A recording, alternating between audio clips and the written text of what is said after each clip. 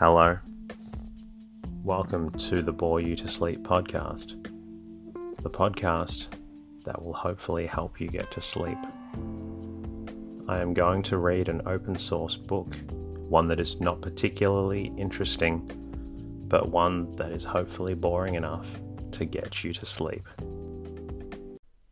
Tonight's reading comes from Letters to a Housekeeper by Jane Prince. Published in 1917, this book looks at the different aspects of tending to a house, written in the form of letters. My name is Teddy, and I aim to help people everywhere get a good night's rest. Sleep is so important, and my mission is to help you get the rest that you need. I am grateful that you have chosen this podcast to assist with your sleep. It is designed to play in the background, where you can choose to either focus on it or let your mind wander off. Special thank you to 2 listeners who became sponsors of the show during the week. Your financial support is extremely appreciated and allows me to keep bringing out more episodes. Thank you to Adam Politzer for becoming a sponsor on Anchor. I'm glad you and your partner are getting the sleep and the rest that you need. Also, thank you to William Scully for becoming a sponsor on Patreon. Your continued support is appreciated. If you do find the podcast beneficial, there is a small but hugely helpful favor that you can provide. Please share the podcast with a friend if possible. Kindly leave a review in your podcast app.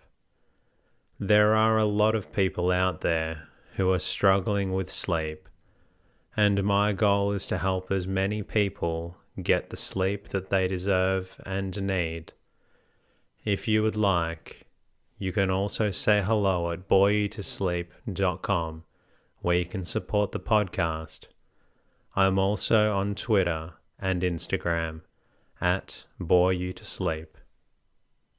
Letters to a Young Housekeeper. Chapter 1. Economy in the Household.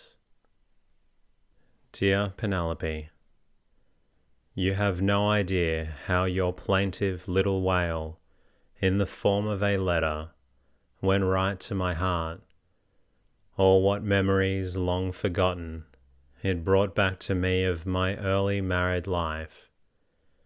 You are perfectly right in thinking that I too had my experiences, and I am so pleased that you came to see me, to see if I could help you by recalling what I actually went through myself, and what those experiences, almost tragic to me at the time, brought about in the way of remedies. I have no doubt that it will seem like a leaf out of your own book when I tell you that when we began housekeeping I started, as a matter of course, in about the same way of living that I had been accustomed to in my mother's house. This was my standard, and I knew no other. What was my horror to find, when the end of the month came, that I was taking so much for table expenses that we had little left for anything else. This discovery nearly reduced me to tears, for we had both been brought up as you have, with a great dread of living beyond our means. Our first thought was to move into a house with lower rent, but after considering the question from all points of view, we decided to remain where we were and find some other way of cutting down our expenses. This was a difficult problem for anyone so inexperienced, and who had never had to think much about economy. But it was the very same problem that you are facing in very much the same way, and I did just what you are doing consulted a friend in whom we had confidence and who had years of experience. This consultation encouraged me to feel that there were many changes I could make in our way of living, and I was honestly amazed to find how much that seemed necessary for the table, just because I had always been accustomed to it, was not necessary at all, but that one was quite as well off without it. I came home full of enthusiasm to see what I could do. Then came a serious settling down to the subject, and a careful looking into ways and means. Together my husband and I talked over his income and decided what proportion we should allow for the table. The next month was to be a practice month, carefully watching how the money went in order to make a plan for other months. How interesting it seemed. It meant that I had a vocation as well as my husband, that by careful thought, I could make him feel that it was worthwhile to work hard if he went just as far as it could, and if when he came home tired, he found my part attended to so well that the home was comfortable and serene.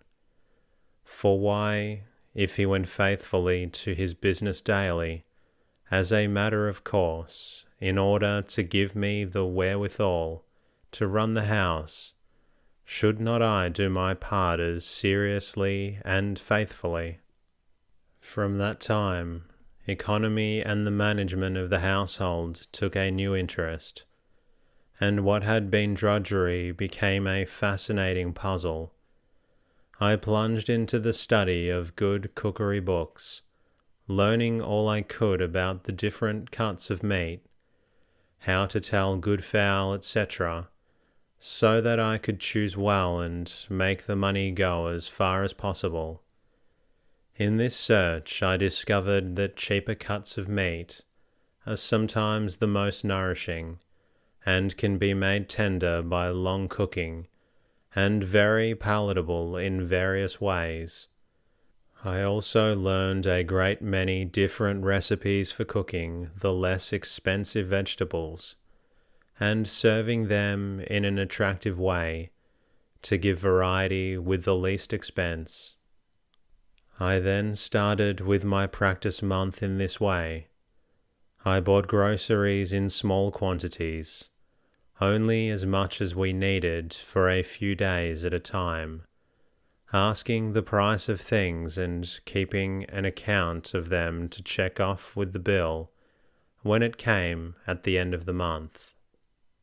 Bills are a torment with a small income, so while I found the bills for staple groceries, ice, milk, almost a necessity, I paid cash for all other articles of food, that is, meat, vegetables, fish, eggs, butter, etc.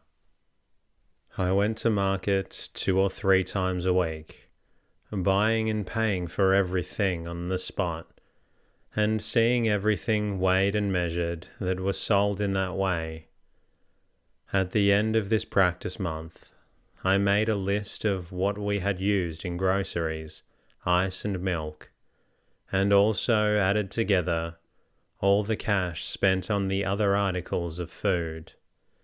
With the grocery list in hand, at the beginning of the second month, I laid in a complete supply of groceries for the whole month, keeping it in a storeroom and giving out each morning enough for the day's needs.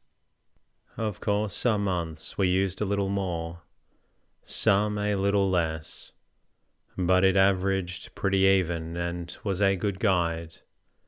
I laid in laundry soap by the box, because to keep a box ahead, if you can, is the best economy, for it lasts twice as long as if it is stacked on the shelves with spaces between the cakes so that it can dry thoroughly before using. The amount of groceries, milk and ice we should use per month, having been decided upon as nearly as I could, we divided the cash I had spent on the other food during this practice month by 30 to see what allowance this would give me per day. Then when I went to market, I took with me in my marketing purse only the exact sum we allowed for the number of days for which I was marketing. Otherwise I felt sure I should spend too much, as the markets are so tempting and human nature so frail. Luxuries we did not have. We were young and did not need them, and we have never regretted that we saved them in order to have them in our old age. Finding fancy groceries expensive, I did not buy them, but tried to put the money we had allowed for ourselves for the table into nutritious food. Before going to market, I used to make a rough outline ahead of the meals and take with me a list of what was needed for them. One is much more apt to have variety by thinking ahead, and taking a list to market is an economy, for while one may change it after getting there and substitute one article of food for another, still there is less likelihood of getting unnecessary things. Money spent on a few good cookery books is well spent, for without their suggestions one is apt to fall into a rut, and this the family cannot forgive. No cook left to herself does her best. She needs constant supervision, to be told a little more salt here, more sugar there, slower cooking, etc., and also to be praised for what is good. If the praise is not given, the cook gets discouraged. If mistakes are overlooked, she gets careless. As some cooks don't take correction pleasantly, however well given, you will find that it works best to give it at the end of your morning talk, when all the ordering is finished. In the beginning with a new cook, it is well to explain at once to her that you want her to lay aside everything that is left over, if only a tablespoonful, putting it into the wire safe or refrigerator for you to decide about the next morning. This is not generally done by American housekeepers, so that, at first, cooks are apt to think you are mean unless you explain to them cheerfully and pleasantly that it is in order to have a greater variety, and that this is one of the reasons that the French crockery is so good. You'll find in some of your recipe books about the French pot-au-feu, and can learn from this how to manage your own soup pot, using the bones left over from roasts, to start a stock and varying this soup each day with leftovers, such as even a tablespoon of peas or spinach, or string beans, tomatoes, shreds of lettuce, or creamed oyster plant. This may not sound especially good for you, but my cook now makes soup that surprises me by their good flavor and variety in just this way. These leftovers also make good salads, sometimes the basis being potatoes, to which is added a few beets, a little shredded lettuce, or in addition some meat chopped up, each thing being so small a quantity for itself in any one dish. Thus a hearty and good salad, or a hot dish, is evolved from what many people allow to be thrown away. I would advise you to study some of the scientific diet menus that are published now and find out the relative values in nutriment of the different foods. Among the ideas of value to you, you will discover that there are many foods, such as cheese, peas, lentils, and beans, which can take place of meat. As for example, 1 pound of cheese equals 2 pounds of beef in nutriment. Eloise is at my elbow, imploring me to stop writing and give her some advice about her dress for Mrs. Blake's fancy ball, so I mustn't run on any more. Don't hesitate to tell me anything that troubles you, for it will be such a pleasure to me if I can help you. Very affectionately yours, Jane Prince. Chapter 2. The Budget. Dear Penelope, your letter came this morning, and you needn't apologize at all for writing me again so soon, for I am always delighted to hear from you. It is very evident that you have an attack of the blues, so I am writing you at once, now that I have a little spare time, to see if I can't help you out of them as quickly as possible. Being terribly busy this week, you must forgive me if I plunge at once into the subject and end when I have said my say, without any bits of gossip to enliven the letter. I will tell the girls to write you all the latest news. It isn't at all surprising that you feel as though economy were drudgery when you are simply trying to live on as little as you can, with no other object in view. What Dr. Richard Cabot says in his book, that you and I read together, is so true. Work is doing what you don't enjoy for the sake of a future which you clearly see and desire. Drudgery is doing under strain what you don't now enjoy and for no end that you can appreciate. Now that you can tell me you have started the plan of laying aside a certain sum for marketing and find it works well, and that it is interesting to see how far you can make a particular sum of money go in this department, I am encouraged to do some more suggesting along the same lines. I would advise you to take a quiet time when your husband is not tired, and together think carefully over what all your other regular expenses are, making a list of them, something like this: rent, service, lights, fuel, ice, milk, cab and car fare, doctor's bills and medicine, postage, incidentals, presents, travel, charity, marketing, groceries, your dress, your husband's clothes, amusements.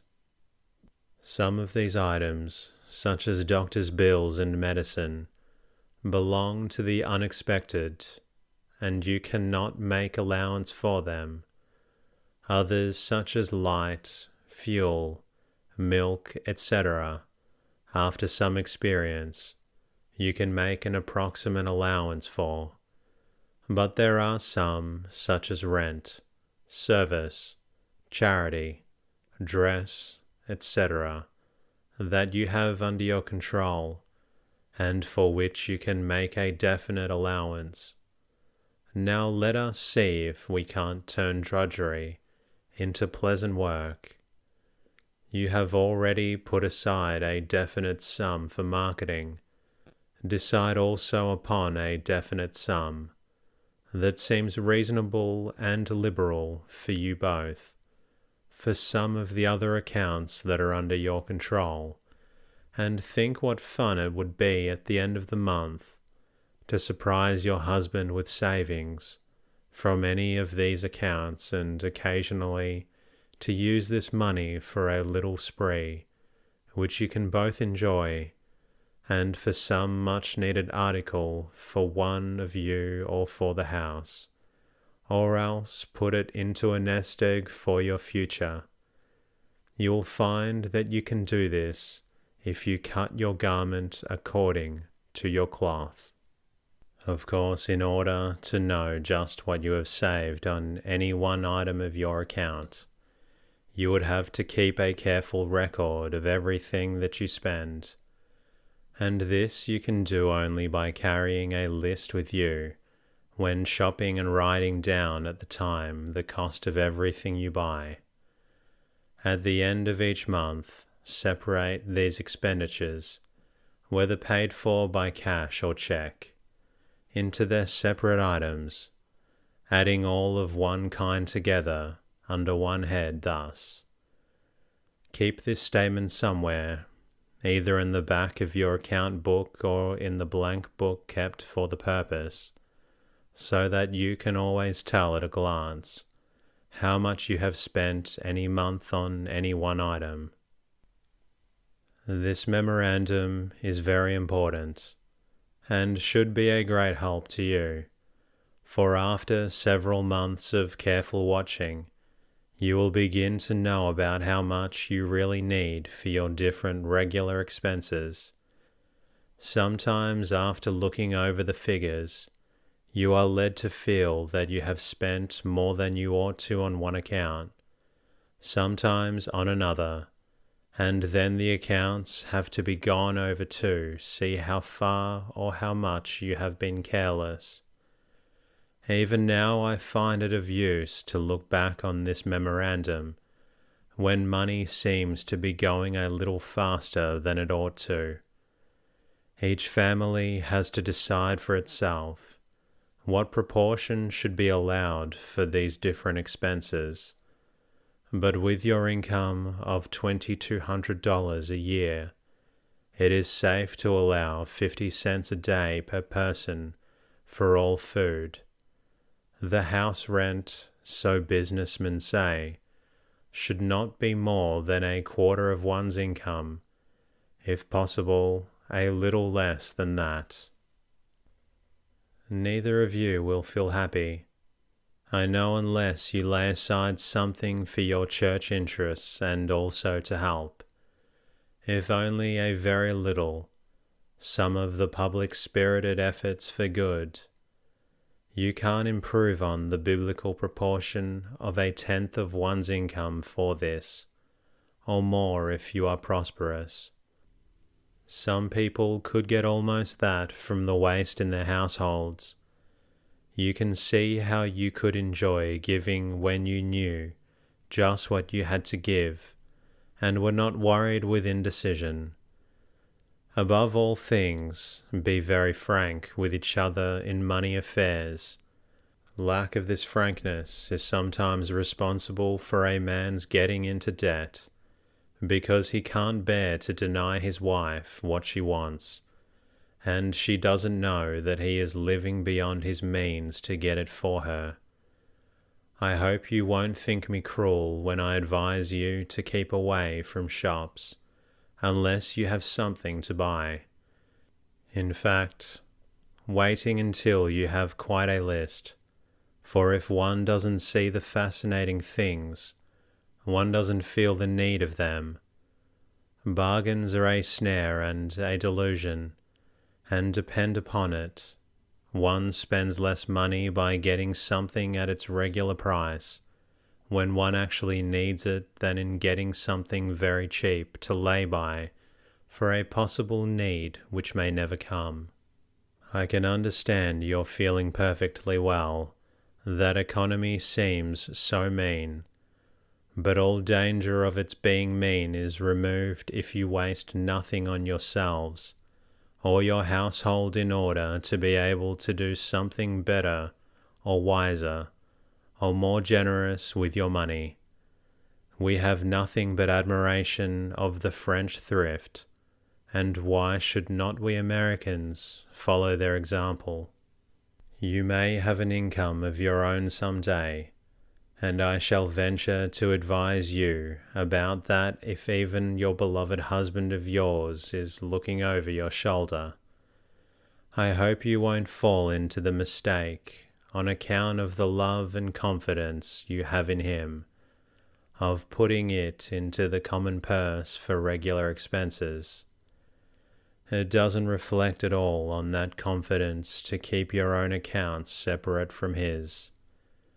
The most devoted of husbands and wives often differ in their ideas of what they want to spend money for, and many a good and kind husband would soon begin to feel a right over his wife's money if it went into the common purse, so long as he was spending it conscientiously in the way he thought would bring her the most comfort. In the first glamour, you can imagine how a wife would enjoy the sacrifice of giving freely all her possessions into her husband's care to control as he thought best. But later she might awaken to such a sense of the responsibility that the possession of money entails, that she would feel that she ought to decide for herself how it should be spent. To make the change, then, would be likely to cause hurt feelings, or even a misunderstanding. For a woman to keep her accounts separate need never interfere with her helping out at any time when she saw the need of it, and that would be a genuine pleasure.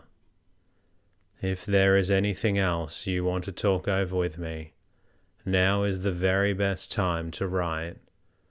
For all my children are going off on visits, and the house will seem so lonely that I shall be more glad than usual to devote some of my time to you.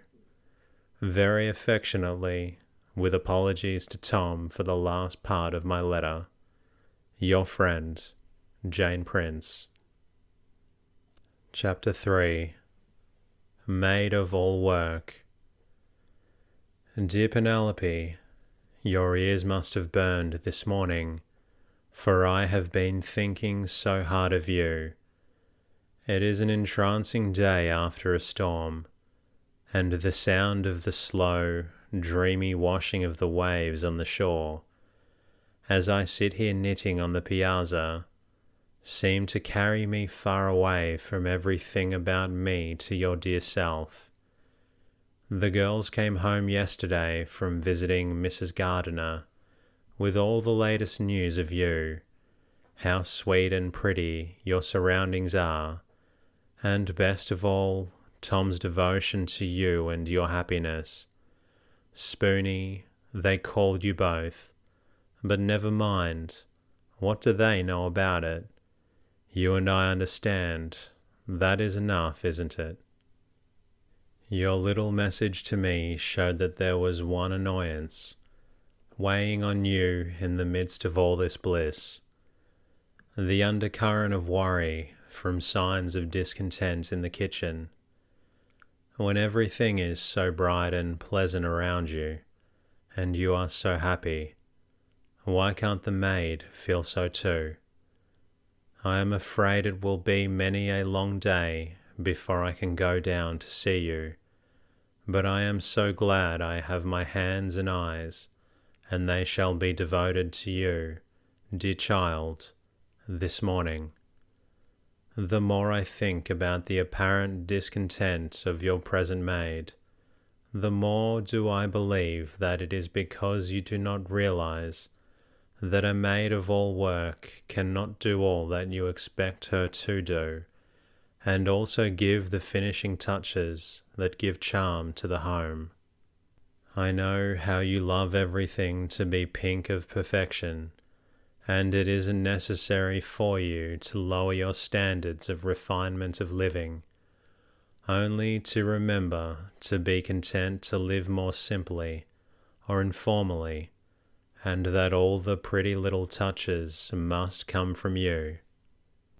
I have dined a number of times with a young couple where the wife, accustomed to servants before her marriage, did most of the housework, including the cooking, and only had a woman come in for the rough work, sweeping, etc., and to wash the dishes when she had guests.